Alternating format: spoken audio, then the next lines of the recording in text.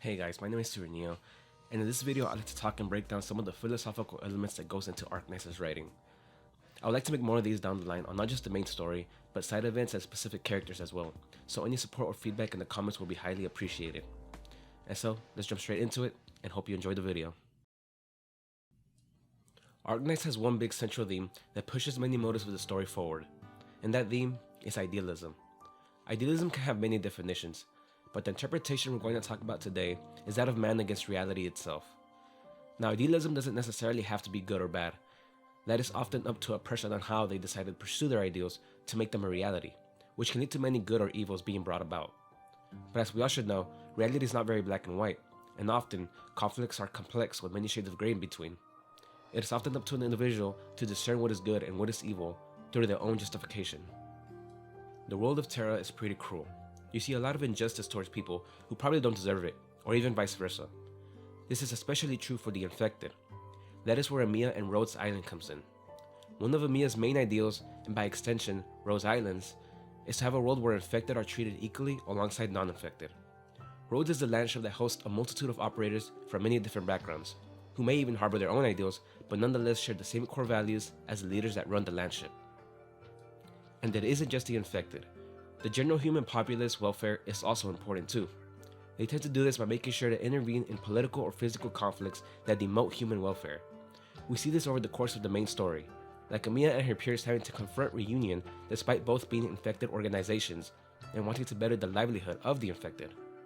But where one fights with carnage, rage, and injustice, the other fights with ideals, prosperity, and humanitarianism at heart. Tallulah, the main leader of Reunion, is a direct foil to Emilia and are similar in more ways than they are not. We know from chapter 8 that Tallulah was quite the idealist herself and held very similar values to that of Emilia. She wanted a better life for her fellow infected and often saw the best in people, even going as far to pardon certain behavior or actions that garnered her chastised from Patriot. Even among her own movement, people of differing natures walked among them. Where she may be okay with letting deserters go, others are reluctant to agree with minor consequences, especially Patriot. He even suggests to dispose of a group of infected at one point who deserted the movement. However, Tallulah lets the group of people go and even gives them the city they wanted to claim.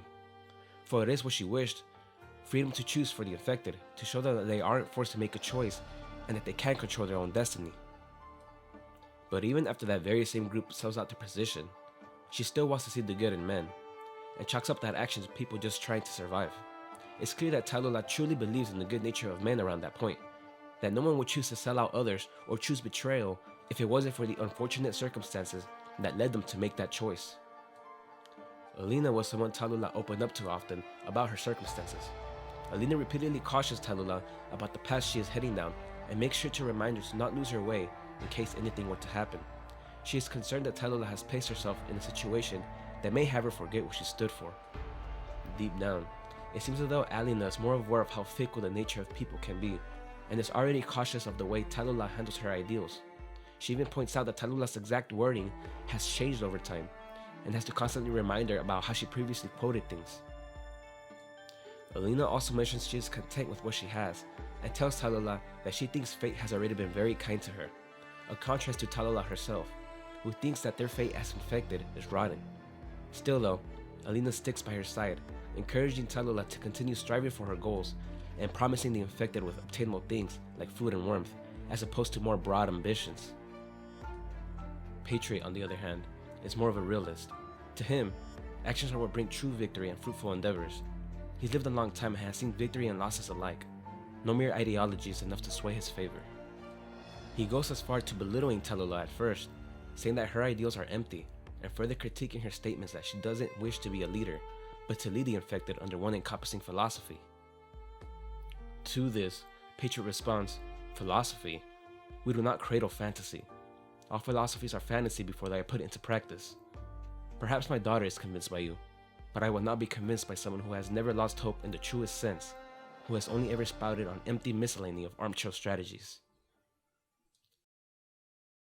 Unfortunately, later on, Tallulah finds a blood-soaked Alina, presumably killed by another group of infected that deserted her movement, meaning she was betrayed by the very same people she wished well on, a twisted irony. But despite this, in her dying breath, Alina pleads with Tallulah to not find it in her to hate whoever had caused this, for it would crumble what she had worked so hard to build, and that she needs to continue fighting for the future that she had set her sights on. The moment Tallulah fights not for the survival and equality, but for revenge and hatred of the infected, no matter who is to blame, is the day Tallulah loses herself. And to her credit, Tallulah, although clearly affected by the incident, does push onward, not broken yet. Until one fateful day, she enters a village settlement where a group of infected have passed, but never came back.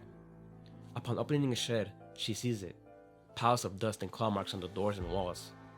The infected were left to starve and die agonizing slow deaths by the village residents, already prejudiced against the infected. This act ultimately does it. No longer able to hold back her anger and hate, Tallulah hears Cashay's words ring back out to her. You will come to see these great lands you threw yourself to do not want you. You will see your thoughts, your actions, become non-existent. You will see them spurn all you revered, your life, your dignity and philosophy, void of all significance. And thus, Tallulah loses her battle. Now, of course, there's a lot of other details and quotes I can put in, but the reason I mention all this is to make an example on the line of morality, that it is very complex on both sides. Much like people, it's too much of a blackness statement to simply call the reunion movement bad or evil simply because they exist. Of course, it is bad to outright hurt the lives of innocent people, especially to those that have done no wrong. It's one of the reasons why Rhodes Island is fighting reunion in the first place, but that ignores the circumstances that led up to their uprising. It is through the injustice of man that pushed the infected to that level of violence, evil sprouting evil, but the bloodshed of innocence is not justifiable either. To fight the bigger fight without having to rely on violence and carnage to reach end goals, that is the ideal scenario. Even if it is easier said than done, even if it almost seems naive, submitting to hatred and committing to actions that hurt humankind will find a way to justify that hatred on others. And this game of pointing fingers will continually go back and forth like a pendulum until it finally reaches levels of extreme violence, violence that will only further propagate more violence. It is why the resolution to the reunion dilemma must not be met with hatred. Rhodes Island has the advantage of not really being associated with a government body that gives them the liberty to insert themselves in the struggle as a third party. And it's absolutely vital that they, as an infected organization themselves, are the ones to convert reunion, as a normal government nation of non-infecteds would only fuel battles of prejudices and exacerbate tensions regarding the infected.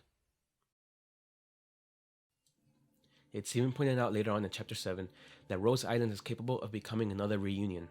And it's true. Tallulah's motives in the past was not really all that different from what Rhodes is currently doing, so who's to say Rhodes won't become like the enemy they currently face? Another organization trying to help the infected that ultimately gets swallowed by the jaws and cruelty of reality. Ideals and humanitarian pursuits are not very easy things to achieve, especially when confronting with different conflicting ideologies and the human nature. But actions against egoistic values must be taken if they're to fight for a future. There is also a very interesting quote at the end of the Concept Trailer 2 PV. Idealism is that you will probably never receive something back, but nonetheless still decide to give. This line actually sounds more along the lines of altruism, and it can be, but given where the story of Arknight goes, I think it's safe to say that the way to interpret this is that the pursuit of ideals often requires selfless sacrifice, especially in regards to what Mia and Rhodes Island are trying to achieve. We even see this with Tallulah, for example, when she gives the deserters rations and supplies to sustain themselves for a while. Although it gains her nothing, also she can make an example of her ideal. The third PV ends with great ideals, but through selfless struggle and sacrifice to achieve, which further supports this, I think. Ultimately, it is without question that the driving force behind Rhodes is a noble one, and it won't be easy to make their ideals become real. And it's also important to realize that simply labeling things as good or virtuous and the opposing as bad or evil only serves to fuel self-righteousness. Being able to distinguish that which is right from wrong and stopping the pendulum before it gets out of control is something that Rhodes and Mia must do if they are to show the world that the infected are just as human as them. And it's by no means an easy task, but by employing those that share the same values as them and making changes in Terra bit by bit, just maybe, they can reach a world where there is just treatment for all people alike. Now to end this video off with a quote that I feel is very relevant from Shubai.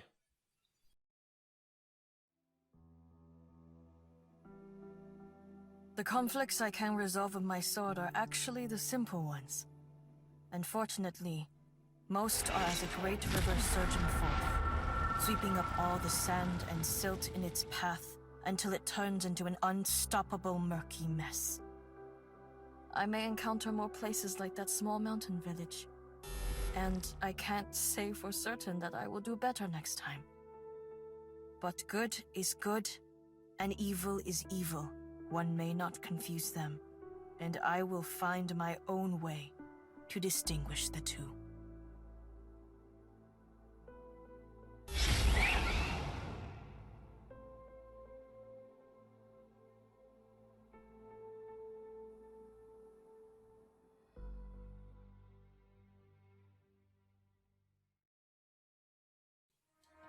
If you enjoyed the video, please comment what you think. As I said in the beginning, I would really like to continue doing more of these and hopefully get better as I go.